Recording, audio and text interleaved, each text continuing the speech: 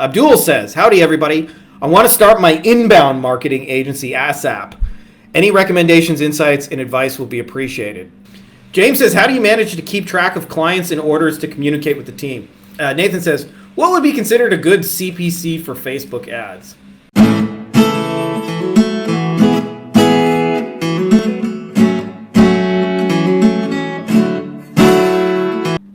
What's up, everybody? I think we made it. I think the Facebook Live is working. Excited to be back with you guys another round. I've mentioned this before, but I genuinely, from my vantage point, this is true. You guys are just building really cool shit. I love seeing the questions you guys ask. I love seeing the growth, the realizations, the upgrades. For me, this is just super fun. I feel like a cheerleader sitting in the back here with my pom-poms, watching you guys, do right by an industry where, I don't know if you guys notice this, but we as marketers do not have an inherited great reputation. And I feel like you guys are the ones who are, actively working to change that, to actually contribute and make a difference and help people and serve and grow your own lives and businesses, of course. So let's talk agency Q&A before we get rock and rolling. Just a quick little announcement, as always. We're reaching a point where I'm going to close down, at least for a while, the Wolfpack. You guys can check it out, beyondagencyprofits.com/Wolfpack. There's always periods of times where I have to close enrollment because I'm simply just got too much going on. We are rapidly approaching that. And then after that, people just go on a waiting list. But if you guys are interested in that, check that out at beyondagencyprofits.com/Wolfpack. If you're on the Facebook Live, there is a link below. And let's get into the good stuff. Ladies and gentlemen, boys and girls, children of all ages, Frankie Fihn proudly brings to you our weekly Q&A.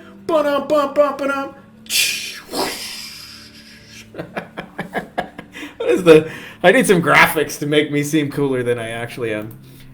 You guys, dude, this first question had me thinking about this all week, just so you guys know. So this is going to be something deep that I think will hopefully be immensely useful to a lot of you guys who are regular listeners of this. But Pavel says, I finished reading Sell Like Crazy by Sabri Suby. I can never say that guy's name right. And generally confused. Frankie Fihn, in your book, you specifically advise niching down and only working with selected niches, so 90% of the work is already done. But before even closing the deal, leveraging and reusing the created assets.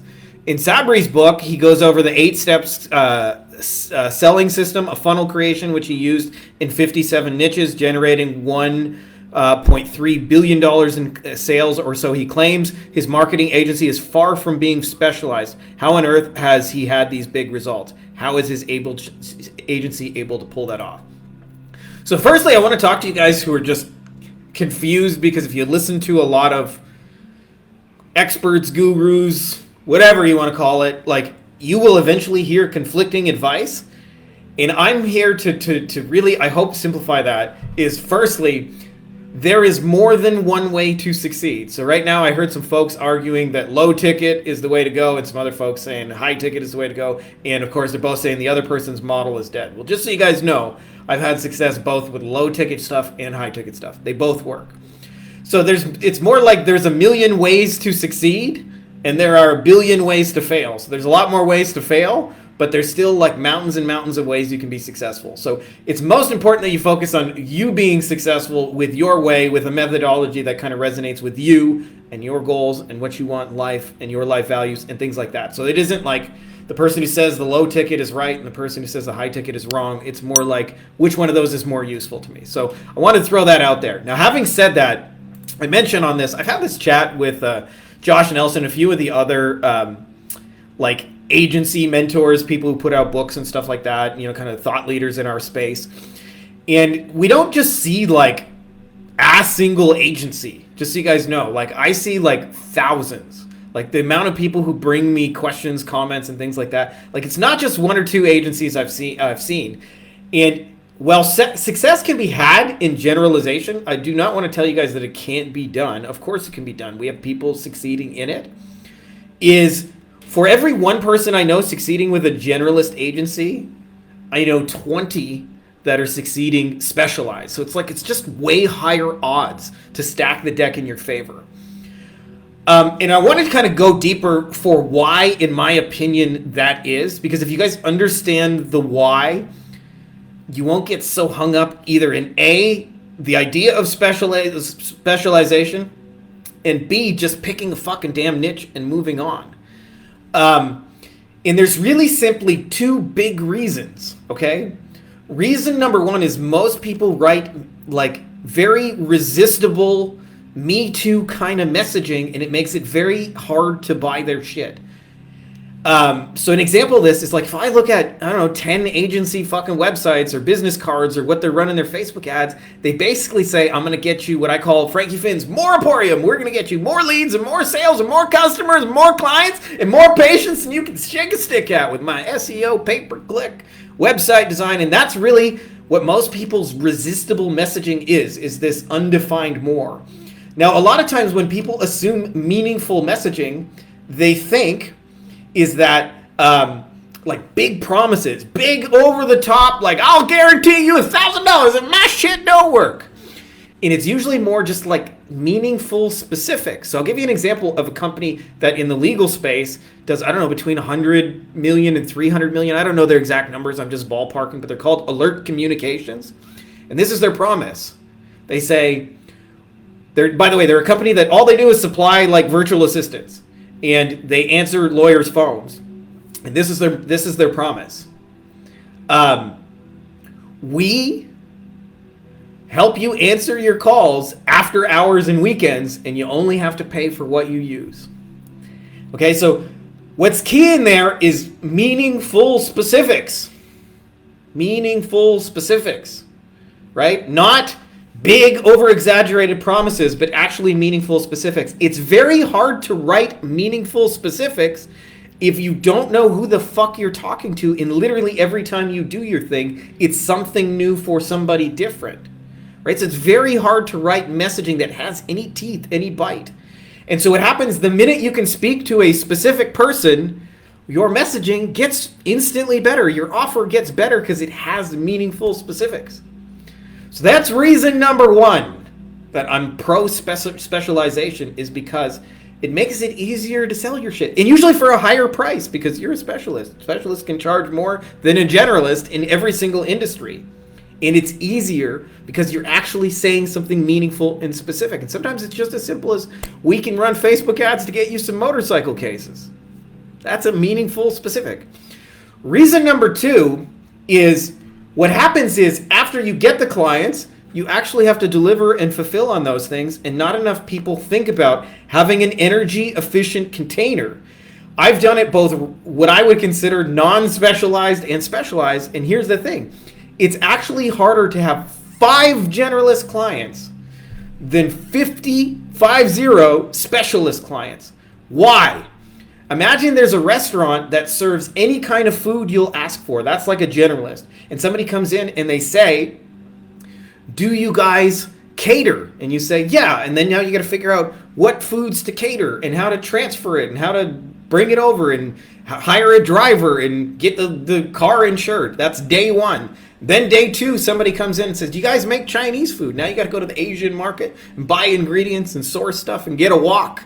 And then day three, somebody says, do y'all make pizza? And then you got to get a pizza oven and you got to get specialty flour. That's very different than if somebody comes in the door and all you do are burgers, right? You think about McDonald's with scaling, all they did is burgers. So even before somebody comes in the door, the burger is pretty much fucking done, right? You're just putting a little wrapper, some last pieces, stick it in a bag, right? Like it's already done. That's the whole point of fast food. And people think when they think fast food, they think low quality. And yeah, there are versions of it low quality, but what I want you guys to think more about it as is, it creates consistency in your deliverable, because you're doing 10 things for client A, and then you're doing the same thing, 10 clients for client B, and you're doing the same 10 things for client C, and you're doing the same 10 things for client D, and you're doing the same 10 things for client E. And so it becomes repeatable, and you can actually hire and train people to do those things because it's repeatable shit.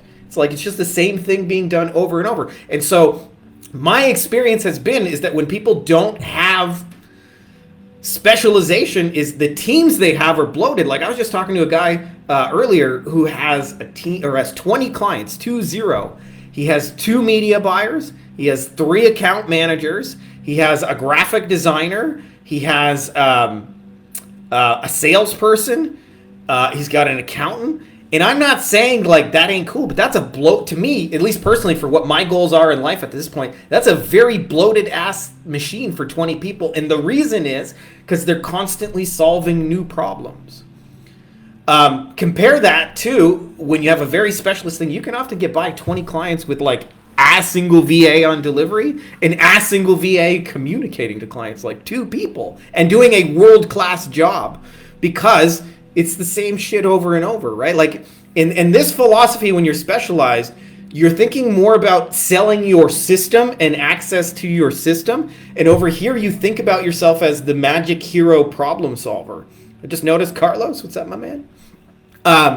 So this is a long-winded way of saying, like, if you can, make your life easier. Now, you mentioned Sabri Suby.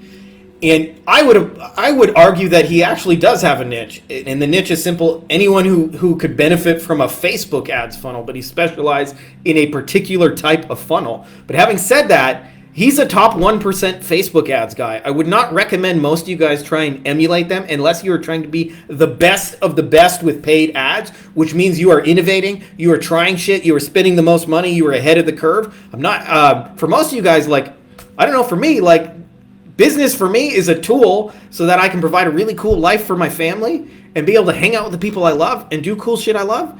And it's not about like, I want to be the best in the world at Facebook ads. It's a tool that supports a lot of people at once, but it's not meant to be all encompassing. That's at least for me. You may have a different philosophy in business. So this is probably the longest rant in history, but I wanted you guys to know, like, from seeing thousands and thousands of agencies, if you fucking specialize, your shit, your messaging will get so much more on point, and your delivery and fulfillment side will get so much easier. Now, having said that, can you be successful as a generalist? Of fucking course. We got tons of people doing it that way. But I believe it makes it so much harder on yourself. And you have to be very good at hiring talent on the fly. For cheap, usually, because you're not getting paid top dollar. So it's up to you guys which way you want to go, but I'm just sharing kind of the pros and cons. So I hope that rant is helpful. Abdul says, howdy everybody. I want to start my inbound marketing agency ASAP. Any recommendations, insights, and advice will be appreciated. Okay, so if you're going to do an inbound agency, that means people are coming to you. Then to me, to really be in integrity selling that model, you have to drive inbound to your agency. You have to be congruent with what we sell is what we do. And I've only ever found 2 ways to get people to come to you. Way number 1 is you consistently create content over a period of time and people find that content and discover it and come to you. Or you run paid ads and intentionally put media in front of certain people. Now, there is a whole thing in our space where people argue these 2 things against each other. The guys who are like primary, like ads, will tell you the only way the only way everything works is if you have ads and then you have control and then you can scale it and blah blah blah. And the organic people will say like, my shit's free and blah blah blah. Here's my belief personally, which is different than most. They work best when you use them together strategically. So I'm a believer in make your paid ads support your organic and vice versa and intertwine them. So this is my favorite way to intertwine them. And this is what we teach inside of the Wolfpack, by the way, because I believe it's the most energy efficient way to do it. Is you have something you do already, which is valuable to people, is give away the ideas of how to do that and charge for the implementation. So I'll give you an example of this. Is say you do SEO for HVAC people, show HVAC contractors how to rank their website on their own and all the factors and what they need to be on top of. And a huge percentage of them will just want to hire you. And ideally do this for people who have big audiences in your space so that you can make one calculated presentation that goes to a lot of people. And then later, when you put paid ads behind that, it works even better because you're seen alongside it. So my favorite example of this is Justin Brook. 8 years ago, 9 years, 10 years ago, something like that, Justin Brook was a relatively unknown Facebook ads guy. And all he was trying to do was get some clients in the door. He had the idea, I will reach out to Russell Brunson, and I have an idea that if I ran a retargeting campaign for his mastermind, I bet we could sell some of his mastermind. Now, this is at the time where don't think of Russell Brunson today as this fading kind of software dude who's kind of, this was when ClickFunnels was at its peak, and Russell Brunson was in many ways as big as, like, say, Alex Hormozi is in our space now. So, anyway, Russell got a box in the mail from Justin with some brownies, and he had a little note and said, I want to sell your mastermind with some retargeting. I don't want to be paid for it. I just want to show you it works. He ran the campaign for him. They sold a few masterminds, and Russell loved it. Now, Justin directly benefited two ways by doing this for an industry leader. Besides the fact that it's like super energy efficient, like it doesn't take a lot of time to set up one single retargeting campaign for a guy who's got a bazillion testimonials and is selling his stuff. So thing number one is Russell liked it enough and started sending him people. Started saying, hey, you got to check out Justin's retargeting thing. So he actually made sales from it, just on step 2. This is why people can't be strategic, because if I don't get paid for it on step 1, I can't do it. But he got direct sales. Now, to me, the actual much bigger benefit is at some point he's going to turn that into a paid ad in a case study and say, this is what I did for Russell Brunson. How hard do you think it is to sell Facebook ads when you got your name attached to a case study with the biggest person in the industry? Right? So it was super, super easy, I imagine, right? Like you just boost that. You're never going to write, by the way, when are you ever going to write copy that converts as good as, hey, these are the ads we ran for Russell Brunson? So I'm a believer, and by the way, shout out to Dennis Yu for this. He lays it all out in his dollar per day strategy. But I'm a big believer in find the influencers in your space, give value to their audience, give them cool ideas, and then use the power of paid media to boost those things. And you don't even have to spend a lot of money. We're doing this right now. I'll give you a small example.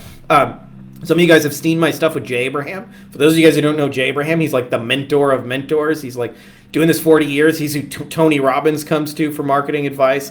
It's Damon John is a private consulting client. Like he has a lot of A-listers and has been doing this a long, long time and is credited with billions in business improvement. Well, I co-created some stuff with Jay Abraham. Now, when I turn on the paid ads, I simply boost the stuff to Jay's people that shows us together, and what happens is immediately Frankie Fihn's status goes up like real fucking high to that group of people. And then when we run paid ads, they just work so much better because we're not just some random person in their newsfeed. So I hope that makes sense to you guys, because I believe that's the smartest way to do this, rather than like trying to put out mountains of content and quotes like that. Just once a week, create some value for an audience and boost it with a little bit of money, but paid ads. Like you don't even need a lot, like $10, $20 a week is plenty, and drive eyeballs to your stuff. And what you'll find is people will come to you as inbound to your original question and say, hey, I saw your thing at blah, blah, blah. I watched you over here. We want to work together. We're interested in your services. What would be the next step? Should we schedule a call? Like, you know, those are the kind of things you get. So if you guys are interested in that, it's really, like I said, it's either organic with content or paid ads, and ideally the third school of thought, which I'm a believer of, is use them together. Anyways, that's enough of that rant. Hope that's helpful to you guys.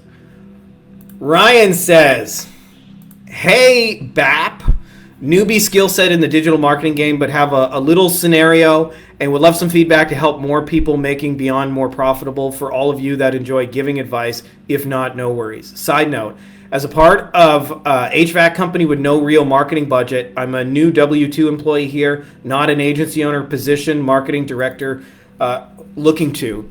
I want to blow them away with no ad budget given to me. Some rad content scheduled in IG, Facebook, social channels, or what would be the best to drive local interest to a place for comment and likes so I can reach out to each personally? And which types of content would you suggest for a patriotic small HVAC company if a beachy town type vibe, fair and transparent? Any thoughts? Thanks. They've hired an independent, glamorous, local brick and mortar, fully sourced agency, but I want to give complete, friendly kind of, friendly kind of to see which one of us proves more valuable in the end for this company. Okay.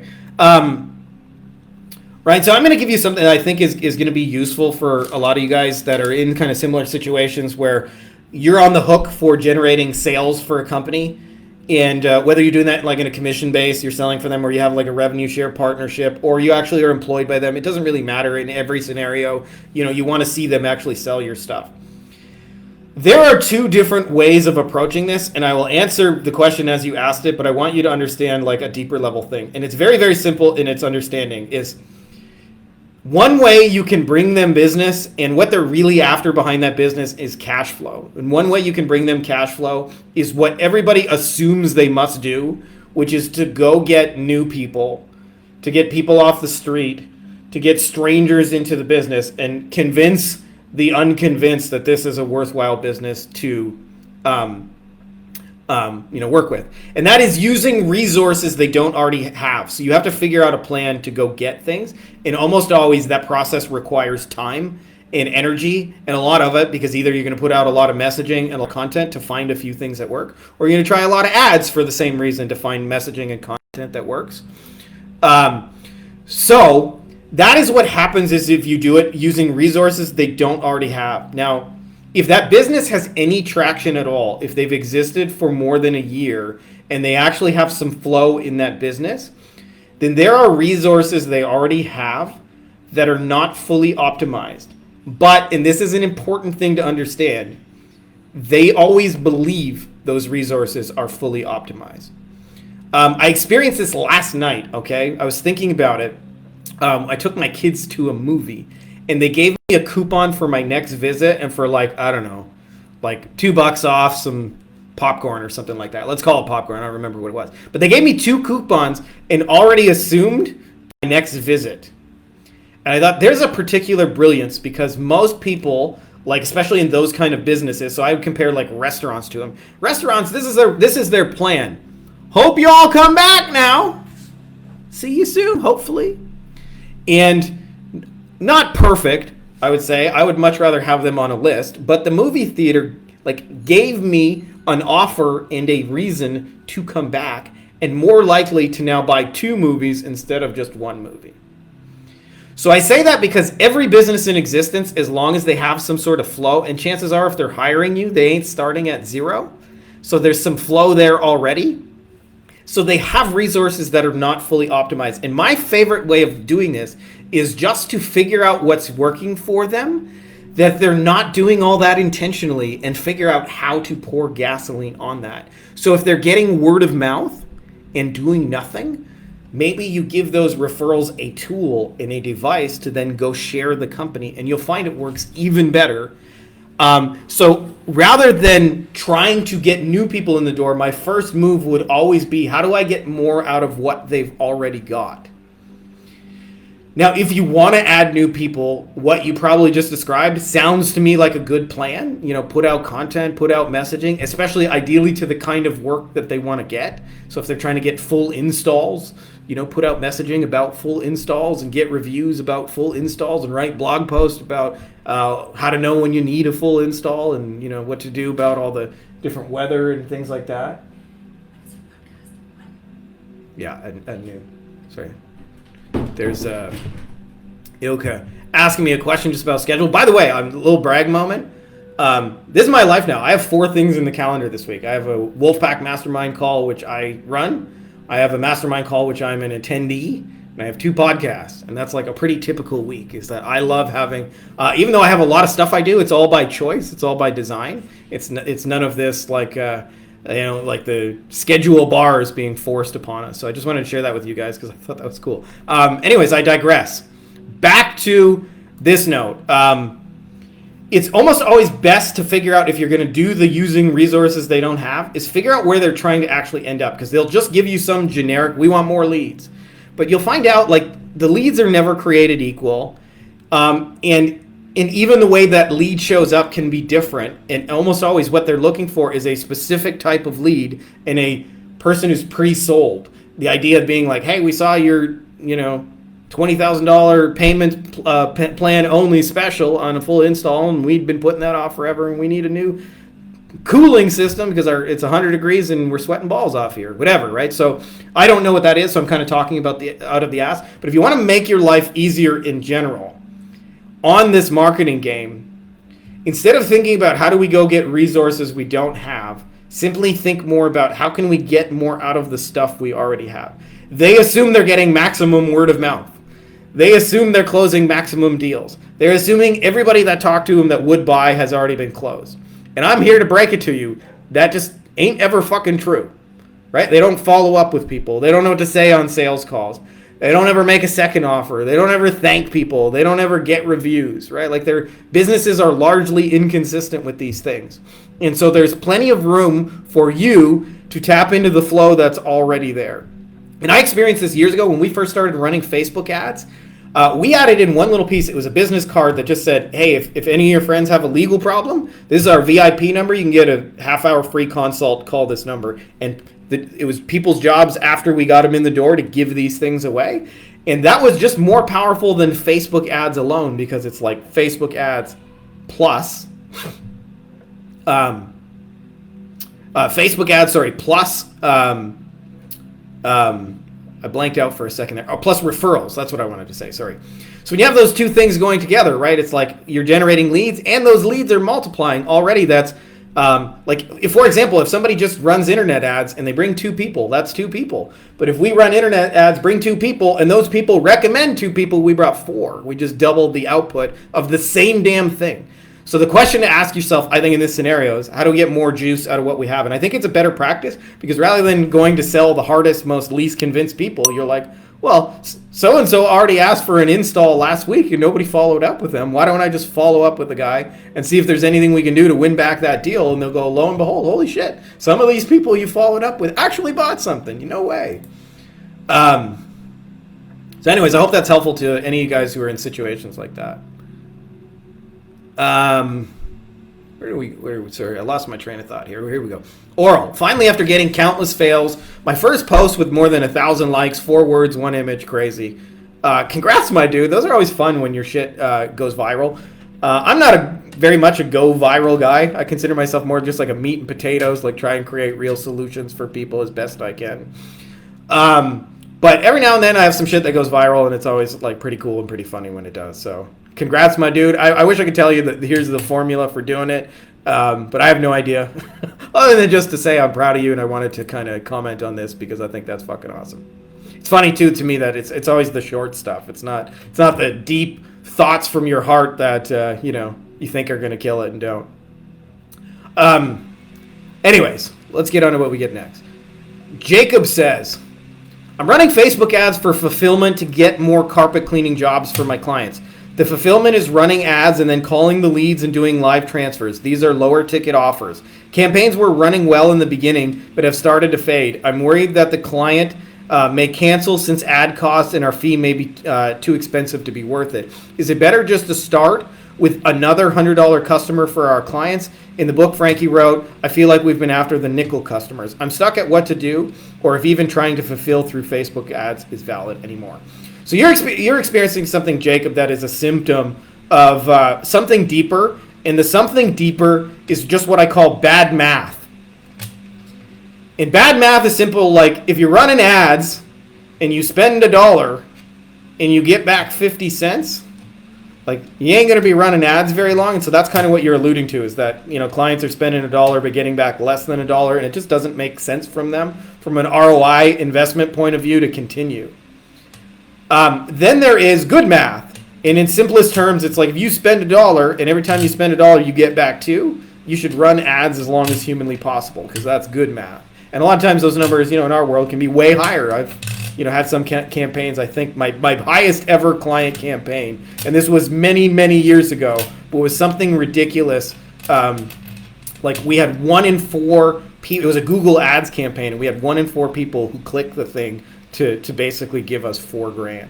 And the clicks were like, I want to say $1.20 each. So we were basically spending around $5 to make a $4,000 sale. That was not all gross profit. This was for a plastic surgeon. But if you're spending $5 to make $4,000, you're going to keep doing it.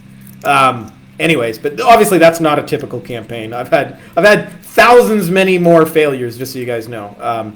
But anyways, I wanted to talk to you about this, because a lot of times the shift from going from bad math to good math is actually really just like a 10-degree shift in what you're doing. So my first thought is like carpet cleaning. You mentioned this. Not all carpet cleaning jobs are created equal. There's probably like a come clean grandma's living room, and grandma's going to hire you like once every couple of years to come clean her living room, and she says thanks and bye, and then you don't really hear from grandma all that much for a few years, and then she'll hire you again later, and it's hard if you only make $50, $100 cleaning a room. But there are people who probably have very ongoing, recurring carpet needs. I think about apartment buildings, property managers, people who have big commercial buildings for whatever reason have carpet. And chances are, like if you got a condo complex, they wouldn't want you just to clean one thing one time. They probably want you to clean the whole building, and once every couple of months clean the whole buildings. And so here's the difference to me is like the $100 bill, a lot of times people assume what I mean is find a niche with better math. And it's almost always not that. It's about finding the thing within your industry that already is their most expensive, most valuable thing. So I'll give you an example. Like sometimes these can be partners or what I call deal sources. Because like, for example, like if I get a lawyer 100 clients, that's not as valuable if I get them one big chiropractor clinic to start sending business their way, because that person will send 100 people a year, every year for the next 20 years. So within carpet cleaning, there's going to be a spectrum. And the question I have that's really simple is, what's their most expensive thing that they want to sell more of? And there's only one way to know that, by the way. You just say, hey, which kind of jobs do you wish you had more of? And which ones do you wish you had less of? And almost always, it's because they're either bigger in size or they have a recurring component built into them. And so your only job is, as a detective, to find out what those are and tweak your Facebook ads to speak to those people. And then what I think you'll find is when it goes from bad math to good math, you'll find Facebook ads are suddenly a lot more viable, right? Like I experienced easy math when we sold motorcycle cases on Facebook ads, because an average motorcycle case is worth between $25,000 and $80,000. And so even if I spent like $10,000 on ads just to get one person, they still made a return on investment. And there's a version of that in your industry. They may not pay you like 25 grand upfront today, but an apartment building or a complex that's going to use you week after month, year after year, again and again and again and again, like they're going to give them 25, 80 grand, just not all at once. And so figure out what that is for your people and then focus on that, and you'll immediately just level up the value of your service by thinking about, instead of like, how do I sell some basic carpet cleaning for Facebook ads and like bring them a bazillion nickels, which by the way only makes your client work harder. Just think about like, how do I bring them one of what they really, really, really most value and treasure, and it'll just become a better service from that. So I hope that's helpful to you, my man. Anyone else kind of struggling with something similar? Egan says, I was actually just listening to your book for a third time this week. Haha. Anything you've seen working well on the lead gen side? I still need to give your loom technique a proper try. I took on a business partner, so I have more time for lead gen, biz dev, and sales now. Sounds cool, dude. Like when you get a partnership that's harmonious, where one of you guys is doing the marketing and sales because you like it, and one of you is doing the fulfillment because you like it, and it's kind of like a restaurant where there's a front of house and a back of house, where one person's job is to charm the guests and make them feel good and, you know, really sell how awesome that today's special is, and one person's job is to actually cook the food and make it and, you know, get local fresh ingredients and make the machine run where nobody's looking. When you guys have those kind of partnerships, it's really fun, I find. About your specific question, I am of the opinion that psychology comes before technology. And what that means is, I do not think lead generation has changed at all in 100 years. Now, do the nuances of it, are they different? Of course. TikTok is a little bit different than YouTube, which is a little bit different than Snapchat, which is a little bit different than Instagram. But what I'm not convinced is the psychology of the person on the other side of the machine has evolved all that much in 100 years. And so I think lead gen is as basic as it's ever been, which is start with getting people to raise their hand and sell them something that actually is more value than they pay for it, and continue to follow up and nurture something if they don't buy, and offer continuous value in that journey. And it really only ends 3 ways, in my opinion. They buy your stuff, they die, or they unsubscribe to those follow-ups. And especially for those of you guys who have high-ticket kind of things, like agency services that have like the math. If somebody says, I'm interested in your SEO, even if they don't buy right away, like we drop a letter in the mail that costs $1 to follow up with them. And I even have ChatGPT write the letter. If I got $1,000 to $10,000 a month service, how many times can I send a $1 letter and follow up with that person to see if anything's changed in their SEO situation and add value to them in that process through ideas and case studies and things like that? How long could the math work for that? Even if I send it for a month, for a year, and it costs me $12, and I do that to 10 people, and only one of them comes back and buys it, it's good math. I see Hetty's here. What's up, dude? So I say that to you guys because I don't think lead generation is all that different. Dan Kennedy said, marketing is only 2 things: behavioral psychology and basic math. And I'm convinced that's still true, that it's behavioral psychology and basic math. And so when it comes to like engaging with that process and generating leads, like start with getting them to raise their hand and say they're interested, ideally in something that takes a step towards you but is also simultaneously valuable for them. One that's been used forever, that's a classic example of that, is the SEO audit. I'll take a snapshot and give you a real analysis of where you're at today and where you want to go. And if you want my help implementing it, it would be this much. But whether or not you buy that service, you're going to get value out of that analysis and that plan. So there's an example. And if somebody says, I'm interested in that analysis, I think you should follow up with that person continuously and forever at an interval that you can maintain, ideally assisted by technology to do that. And I'll tell you why. I don't think enough people really understand the challenge of today. And the question I have for you is, how much shit in your day is competing for your attention, especially here on the phone? I don't know about you guys. I got a bunch of apps. I all get messages. I got emails. I got Facebook notifications. I got Instagram notifications, and there's LinkedIn, and there's so there's all these places, and that's just on the phone. And then in real life, you drive down the street, there's 87 billboards all trying to compete for your attention. There's TV, there's Netflix, there's like internet websites, there's sports, there's news. And what happens is, I think people underestimate how much follow-up it really takes. And as AI comes in and it becomes easier and easier and easier to create content, I am of the opinion that this is only going to intensify.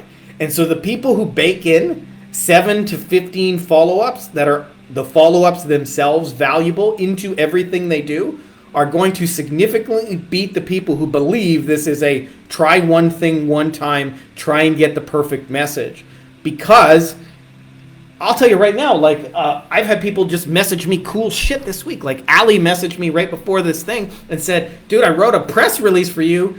Can I publish it? And I was like, dude, that's so fucking cool. And I still didn't get back to him because then all of a sudden my kids wigged out. Does that mean if Ali never messages me again that I'm not interested in it and all those things? No!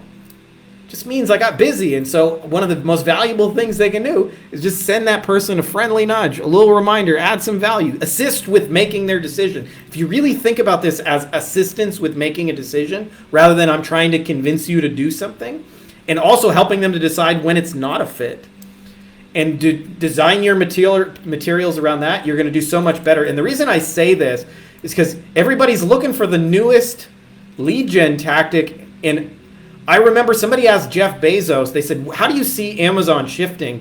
What do you see as being true in 10 years from now? And he said, why does everyone always ask me what's going to change? I'm interested in the shit that will always be the same. So like to me, like, instead of thinking about, because I'll tell you, here's an example of how this cascades into your life is when people get into marketing, there's one level where they learn tactics, like say this thing, do this line. Then there's a level where they have strategy and they can put tactics together in sequences so that they accomplish more. And then there are principles, and principles allow you to create strategies and create tactics. And because you understand the principle, you can do them at will. So I'll give you a real life example of this. 10 years ago, there was a dude in my feed named Keith Krantz, who's a big Facebook ads guy. I don't see him much in my feed anymore, but he used to be there advertising all the time. And he had these Facebook ads, and they worked, and they were video, and you'd go like this, and you'd say, "Stop scrolling!" And it worked. And what happened is, after like a month or two, I had like 100 marketers copying them. And so everybody in my feed was doing this for like a month. Like a month, everybody's like, "Stop." Now, if you understand the principle, which is called a pattern interrupt, which is you have to do something to get somebody's attention. If you understand that principle, you can create endless tactics, endless strategies. I could do the video upside down. I can make it flash red colors. I can go, "Here's a fish." I can show Britney Spears' booty. Right? Or Taylor Swift dancing half naked. Like, there's so many different ways you could get somebody's attention.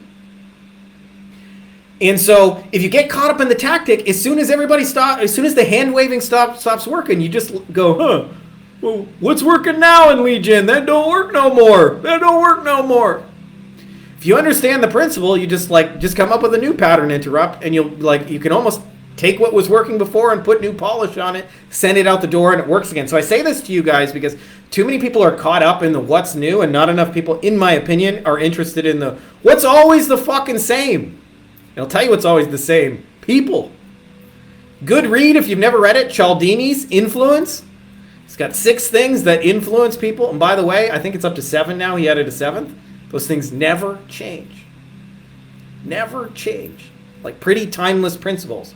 So here's an example. Social proof. Most people want to do what other people do. So that whether that's Google reviews or screenshots of stuff you've done or case studies, like it all don't matter. Other people want to go the direction of other successful people. And so if you can demonstrate that other people have done this, and it's at least some of them have done well doing what you're doing, then that's never going to go out of style, and you'll never be caught up in any tactic. Even if the video site closes tomorrow or your ad account gets turned down, you'll always be able to find a way. So that's what's working in lead gen. Raise your hand, follow up with them, and keep doing it. And that ain't going to change in 100 years from now. Even when it's AI assisted and all that, it's just the amount of follow-ups will be a function of what changes, at least in my opinion anyway. So take it as one guy's opinion, because I'm sermonizing here a little bit, but it is what it is. James says, how do you manage to keep track of clients and orders to communicate with the team? James, the answer to this in 2 words is called project management. And let me give you my personal opinion on project management is that people get way too caught up in, should I use this tool? Should I use that tool? And there are some good ones in our space. Go High Level comes to mind. ClickUp comes to mind. I'm a big user of Asana personally. Trello is another one that's like visual sticky notes. And there's different ones in different industries. We got a real estate business, and we use one called Podio Powerhouse Max. And here's the deal with project management. All that really matters is 2 things. 1, that you will actually use it, and 2, that you have a centralized place where you and your team and your clients and everybody can talk in one space so that everybody is on the same page about what is happening. That is literally all that matters. A lot of people like Slack as that communication tool. It doesn't really fucking matter, in my opinion, as long as you commit to getting everybody into one place so that the reason to do this is if you imagine your business like a caterpillar, if you have different places where you discuss different things, what happens when the caterpillar legs aren't all going the same direction? The caterpillar is like this confused falling down kind of thing. But when you get everybody into one place, the caterpillar starts moving where it's supposed to move. So I like Asana because Asana is like literally the simplest thing ever. It's just checklists. It's just digital fucking checklists, which is how my brain actually works. But having said that, there's some other cool tools. Just Monday's another one that comes to mind. Trello, as I said, ClickUp, Go High Level. But here's the simple thing. Don't make it take forever. Just pick a fucking software, implement it, and get everybody on the same page. And it'll be useful for you. It'll be immensely useful as long as you have one place where everybody can share. And also, by the way, I've done for certain projects, I've done this just in a Google Doc or a Google spreadsheet. So you don't have to have some super sophisticated CRM. It's just important that you have a centralized place to get everybody on the same place. Because as your team grows, this will become more and more of a problem. If you have 200 employees and you guys are using 72 different ways to communicate, balls are going to get dropped. As where if there's one centralized, here's the way we do it all the time, every time, you're going to just have a better experience. So I hope that's helpful to you. Steve says, how are you using AI to improve efficiency in your agency, looking for ways to make our team better? So I'm going to be real with you guys. I am not all aboard the AI train in the same way everybody else is. I think it's an incredibly valuable tool, and we use it daily, and I'll explain to you guys in a minute how we use it daily. But I remember, I don't know, I want to say 20 years ago, because I'm an old fart. I remember when they came out with these things, before they came out with these automated things, every time you called a business, you got a person, like a real person. Like hey, this is Chris, how can I help you? And what happened is they came up with these automated things, and you guys are all familiar with them. You younger kids may not remember when they came into be, but every call started turning into, thank you for calling Frankie Fihn and Associates. Your call is important to us. Para servicio en español, para número dos. For sales and marketing, press 1. To speak to Ted, press 2. For our company directory, plus 3. Thank you for holding. You get the shitty elevator music. And I'll tell you what it did for me personally, is it made me really want to do business and appreciate more the people who kept a real person who could still, especially the ones who kept a person who was trained and was helpful and get stuff done. I think everybody wants AI to be those automated things, and there are just, some things where it's better to be left for an actual human. So I think everybody's going to zig towards AI because it's easier, it's faster, it has more sloth built into it, and I'm personally doing the opposite in most areas. Now, having said that, do we use AI? You better believe we do every fucking day. And I'll tell you, the most common use is we put out a lot of stuff on YouTube, across multiple channels, by the way.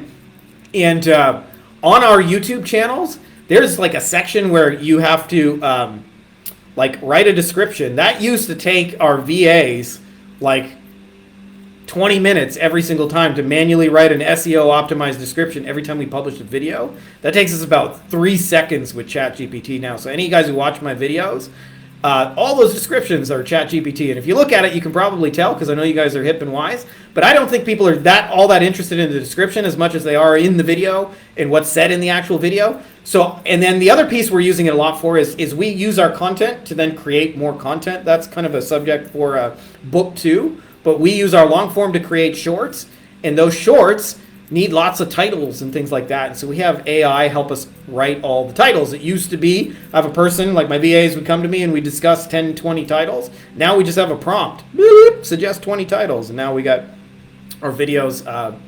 Is it perfect? No. Sometimes actually we look at it and the titles don't make any sense, and we have to tweak those prompts and things like that. But for the most part, it's a pretty useful tool. So I share that with you guys. Are we using it? And I'll tell you the truth is, my VAs use it more than I do, and they use it for repetitive things that we do again and again that AI, I think, is immensely valuable for.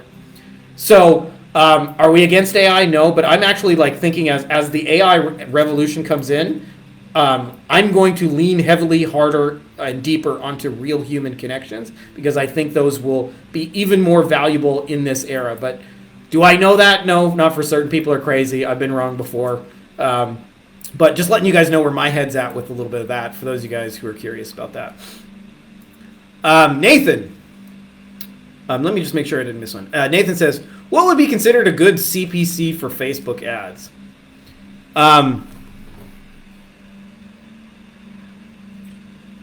going to answer this in a deep way, because I think, to be honest with you guys, in some ways, CPC is a vanity metric. Tell you what I mean by that. Well, I'll give you an example. Let's say you had a $100,000 offer, okay? If you have a $100,000 offer, the amount of people who can afford that is probably 5-10% of the general population. So it's by and large, it's just not going to be for most people. So that means to me, if you get a bunch of clicks, and let's say everybody on those clicks, the way you've written the ad and structured it and whoever you targeted are brokies, you could have insanely high click-through rates, and you ain't going to sell shit. And the reason I believe this is there's a hidden metric in the machine called, are the right people coming through the ads? And it's not super obvious. And I'll tell you, I've had funnels where, especially back in the day when we used to do book a call funnels, where I could book our entire calendar solid, like with quote unquote booked appointments. Like we just fill the calendar nonstop with booked appointments. And I remember there was a period of time where I would say probably only 10-20% of the people who actually booked calls were qualified, and we had very high closing rates with those people. But 80% of people, you could just tell 2-3 minutes in they weren't a fit. It was just going to be a long call and a waste of time. And so I really lamented those people because I felt like, why are you wasting my time on this call? And it took a while for me to realize it was what I was saying and what I was putting out and what I was actually offering. So I say that to you guys because CPC plus the right people coming through the machine is an immensely valuable metric. And what I shoot for typically on Facebook ad is 1%. Does it go higher? Yeah, you can have shit that's like 3, 4, 5. Does it go lower? Of course. Sometimes you can still make it work at 0.1% depending on what you're selling and what you need your margins to be at. But I don't take CPC alone at face value as the be-all, end-all metric. And this just comes from experience of like, I don't know, I've had 100 fucking calls in a month, 200 calls even in a month, just on my own calendar, not even counting our salespeople. And by and large, maybe 10 of those 20 of the people we should have actually been talking to. And so the reason why we optimized for those things is because we had really good click-through rates. We had really good numbers. Like you look at the numbers across the machine, in those days we were running mostly webinars to paid ads. Our ads got seen. People clicked them. People went to the landing page. People signed up. People watched the webinar. People booked a call at the end of it. Like that was amazing to us that happened continuously at scale and automated. But the real metric, are the right people coming through the machine, we were only doing a so-so job at that. I would say we're actually probably missing the mark more than anything. So I say that to you guys because there's a tendency to want to optimize for micro pieces of the machine, and you do want to do that, but don't lose the big picture. The big picture is, are the right people coming through the machine, and does the math work on that? If you're doing that, you're winning. And that's winning even if your click-through rate is a fucking 0.25%. It doesn't matter, right? If the math works and the right people are coming through the machine, you're winning, right? Like if I was trying to sell a $100,000 offer, and even if it took me 10 grand in ads and my click-through rates were garbage and I only got one person to come through, like that would be a successful campaign to me, right? So especially if that person was the right fit for the kind of offer we were trying to do. So I don't think enough people understand this because the hidden metric is like, to me, you want your ads to almost be like a bouncer at a nightclub, where it's like a bouncer at a nightclub. His job is to get the pretty girls into the bar, because if they get the pretty girls, the money and the crowd and all that will follow. So his job is to get the right people in the door and make the club happening. And that's what the job of your ad is, to bring in the right people through the machine. And if you're ruthless about that metric, I'm not saying click-through rates won't matter, but you won't judge your success entirely based on those. But having said that, a metric that we use is 1%. I shoot for like 1%. They go way higher, they go way lower, but 1% is like kind of a general baseline of what I look for in a Facebook ad campaign specifically. And usually that'll make the math work on our end. But those are for our offers. I'm not saying that'll be true for your offers, because you may have different things you sell to different people at a different price point. But it just gives you a benchmark of just kind of knowing around what those numbers should be. So hope that's useful, my dude.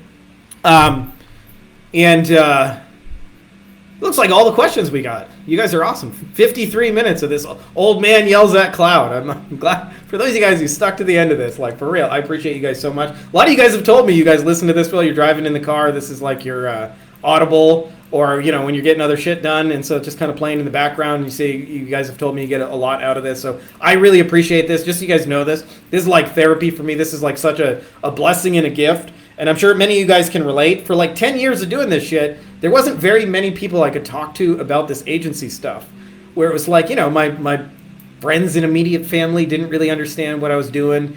And, they would ask me really dumb questions sometimes, like, is this legal, Frankie? Like, are you selling the Viagra pills?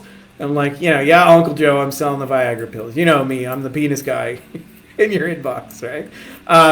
And so I say that to you guys because being able to talk about this with people who get it and understand is such a blessing. And we just put out this weekend the video for our live event, and I just like reminisce back and think like it's just so cool to be able to hang out with you guys and talk shop and do this kind of thing with like-minded people. And so really love you all, appreciate you all, and that's pretty much it. I got some juice burps. And as I mentioned, actually, just before I forget at the beginning, for those of you guys who are interested in the Wolfpack, I'm going to close down enrollment for a little bit. Sometimes I just have to kind of throttle it just based on what's going on in my life. I try and like do this for as many people as possible, but there's just different times where it just makes sense to kind of slow it down. And so when that happens, we're going to close the doors, and then you'll have to go on a waiting list for a little while. So if you've thought about joining, now would be a good time to at least check it out. We can always have a conversation about it about text. I don't do any pushy stuff. As you guys will notice, all my stuff is like in video. You guys can make your own decisions about those offers. But if you got a question or two, whatever, you can check that out. For those of you guys that are watching this on YouTube, you can go to beyondagencyprofits.com/Wolfpack, or just go to beyondagencyprofits.com. There's a button that says Wolfpack. You can watch a little video, tell you about how we do it. I believe, by the way, that we have the most energy efficient machine in the agency space, because it's all about strategically adding value to people who have big audiences and then using that to run with paid ads. And that what that means, that looks like from an input output is, I showed you guys on the 90-day challenge, like we actually started over with no traction in an industry. 26 days later, we're doing almost, I want to say 16, 17K or something like that. And that's me doing it an hour a day because I got kids and businesses and other shit to do. It was just showing you guys how to do it. And, that's how, I don't want to say quickly it can be done, but with leverage. And the reason why it's not instantaneous like most people think. So like, for example, like let's say you do a podcast with the industry leader and you get on their show, which is not as hard to do as most people think. And especially because we got scripts and templates for all of it. But when you get on there, it might take them 2-3 weeks to publish it. But as soon as they do publish it, like a bunch of people are going to reach out and say they want to work with you. So that's the cool side effect is you'll start seeing people show up and just say, hey, we saw you on blah, blah, blah. We want to work with you. And I like it because it's a way less sleazy way of selling your stuff. You just add value to people. You just share cool ideas. You just own that sort of founder, promoter, sales kind of role and have fun with it.